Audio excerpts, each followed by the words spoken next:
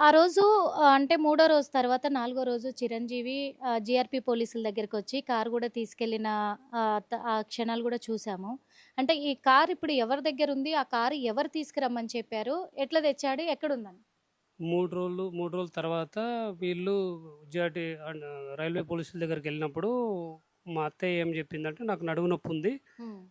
నాకు కారు కావాలని" పోయి జిఆర్‌టీ వాళ్ళకు చెప్పింది. హ్మ్. చెప్పినప్పుడు వాళ్ళు కీ ఇచ్చారు. హ్మ్.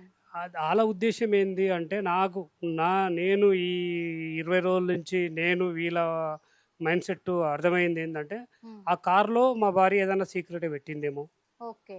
వీళ్ళకు ఇంకా దొరకలేదేమో, ఏదైనా ప్రూఫ్స్. ప్రూఫ్స్ ఉన్నాయేమో ఆ! అనే ఆలోచనతోటి గిట్ట ఉండొచ్చని నా డౌట్. ఓకే.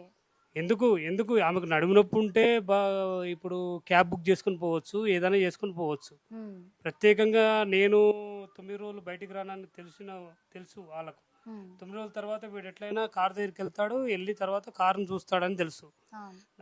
ఆ రోజు ఆ 3 రోజు 9 రోజులు కాకముందుకే మూడో రోజే తీసుకుంటే హ్మ్. దాంట్లో ఉన్నది ఏముంది? హ్మ్. ఏమైనా సీక్రెట్‌గా పెట్టిందా? ఏమన్నా చేసిందా? అని ఒక డౌటు. హ్మ్. ఎందుకంటే ఎందుకు అనే డౌటొచ్చిందంటే, అదే రోజు 3 గంటల నుండి ఈడ అన్నీ చూశారు గాబట్టి, ఈడ కొన్ని ఎవిడెన్స్ దొరికాయి. ఆళ్ళకు నాకు కిటికీలో కొంచెం కాలిపోయిన పేపర్ దొరికాయి. ఆహా! ఫోటోస్ నేను తీయలే.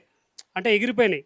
ఆ కిటికీలో బ్యాక్ సైడు కొంచెం కాలిపోయిన పేపర్స్ ఉన్నాయి. ఓకే. బెడ్‌రూమ్‌లోనా? బెడ్‌రూమ్‌లో. ఆ! బెడ్‌రూమ్‌లో. అది ఎందుకు మా మమ్మీ అంతా క్లీన్ చేసేటప్పుడు నన్ను పిలిచి చూపెట్టింది. ఆ! "అరే! ఈడ పేపర్‌లున్నాయని" ఆమె గూడా చూపెట్టాం. ఆ! "ఏం పేపర్‌లున్నాయమ్మా ఈడ కాల్చిపోయినాయి అన్నీ ఎందుకు" అని అడిగాను. ఆ! అంటే నాకు తెలవదు" అన్నారు. ఆ! అంటే అదే రోజు ఏదన్నా కాల్చి బయటేసిర్రా అని గిట్ట తెలవదు గదా! ఆ! ఎవిడెన్స్ బయటకొస్తాయని గిట్ట. ఓకే. మనకది క్లియర్‌గా పూర్తిగా కాలిపోయాయా? పూర్తిగా కాలిపోయాయి.